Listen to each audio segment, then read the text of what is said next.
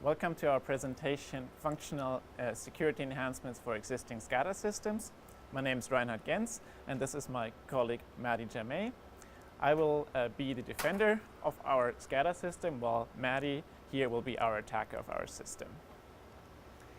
What we are building is a network intrusion detection system that goes beyond typical capabilities of a firewall. What we have is a collaboration between UC Davis, Lawrence Berkeley National Labs, and our industry sponsor OSI Soft, who provided us with their database software. Right now in the power grid, we have this classical issue. We want to do state estimation. We want to know what's going on in our system. That right now was the main concern of a lot of people. However, most of them didn't think about how data from, for example, from remote sensors gets actually transferred to the main control center.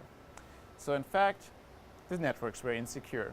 Then first forms of security for the network were introduced, like firewalls, encryption, authentication. Most recently, also, this traffic was also checked, for example, for the payload, if everything is according to spec. Previously in TCIPG, we have done similar approaches. We had done the Analyzer project, which was a specification-based intrusion detection system for the AMI network, and specifically for the AMI network. We also had done DNP3 for BRO, which brings a specification-based intrusion detection system, also with runtime prediction of attack impact. The gaps we want to fill is specifically targeting a protective relay, and we want to integrate both cyber part and physical part together as one piece, since we think you shouldn't do state estimation if you're not sure that your traffic is actually the right traffic. Our contribution is based on the analysis we did. We want to combine data from multiple data sources together, and we want to run a specification-based algorithm, and on top of that, an anomaly-based algorithm. As a third part, we want to integrate all this data acquired and show it in an integrated fashion to the network operator, so that even an untrained operator who does not know anything about state estimation and cybersecurity knows what actually went wrong in the system. These we all implemented for the Modbus TCP protocol. But what is our model that we are using?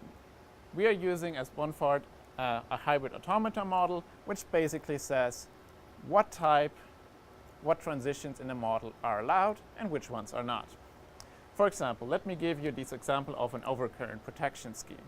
Each of these states represent a certain value of the circuit breakers and a certain range for the current. Each of these transitions requires a physical event or a cyber command. And each of these transitions also implies that certain messages have to be exchanged over the network. In addition to the specification-based rule, we also run an anomaly-based rule, which I will come back later in the talk. So what is our protection scheme we want to show you today? As a model, we demonstrate a transformer that sends its data via a PLC device over this Ethernet line to a central PLC device of this control hub. All this data from different transformers and all the different sensors gets transformed in a database that is already in use by most energy management systems. We use the most common one, which is the OSI Soft Pi server. To run our network intrusion detection system, what we added on top was a network tab on this line, since we want to know if an attacker has been present on this line. Once our data is in our database, we can use the data from now and the past from all sensors and combine it with our model. And then run our network intrusion detection system and report in an integrated fashion to the network operator is everything going right? What's going wrong? And specifically, what's going wrong? What actions should we take? For our demonstration today, we're going to have our transformer model, which is simulated in MATLAB Simulink, since we were not able to bring a full transformer into this room. Also, in this our transformer model, we have a simulation of our PLC device, which is actually talking to our real PLC device, which we have over here. Both this data is then sent to our database, which is in the servers behind you.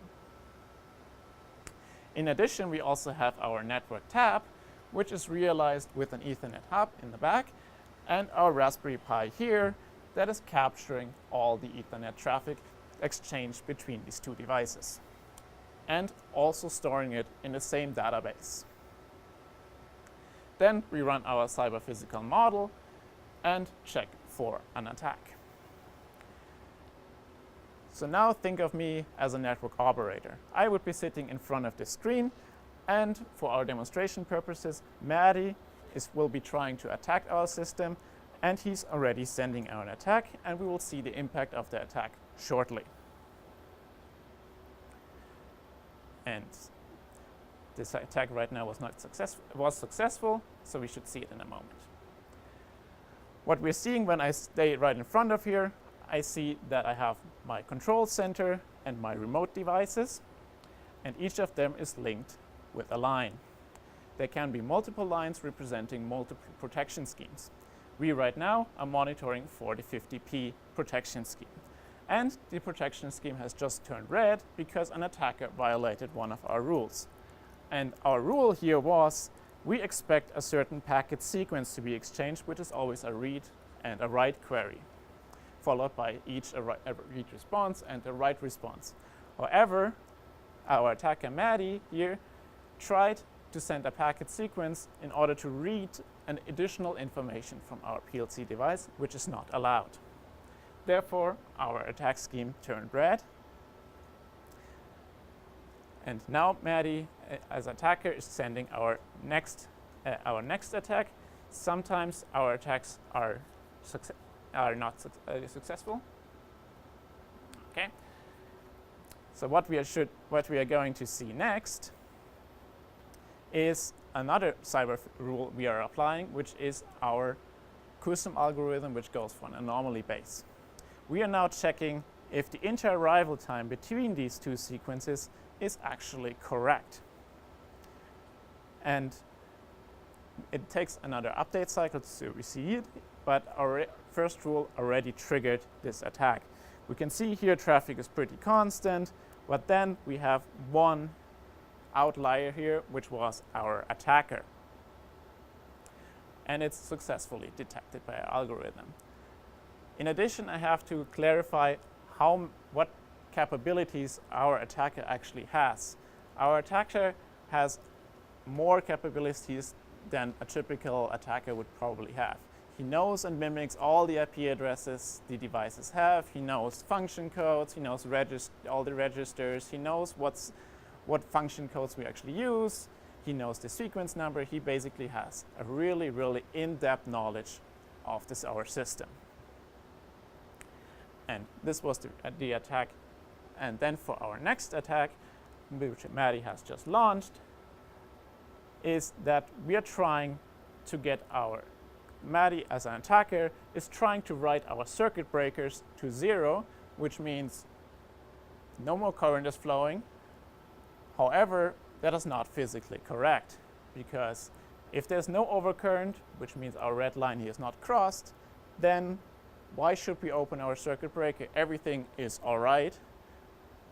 And since our other sensors in the system told us this is the current, then we know that it's not right to open our circuit breakers.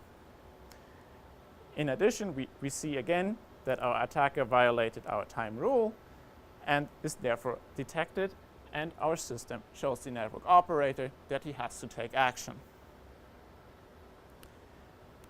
So as a conclusion, we see protection alone is not enough. If you have an attacker that can mimic IP addresses, firewalls are not going to work. So in fact, you will need in-depth monitoring of your system that can also respond if there's something going on. With that, I thank you for your attention, and I'm open for questions.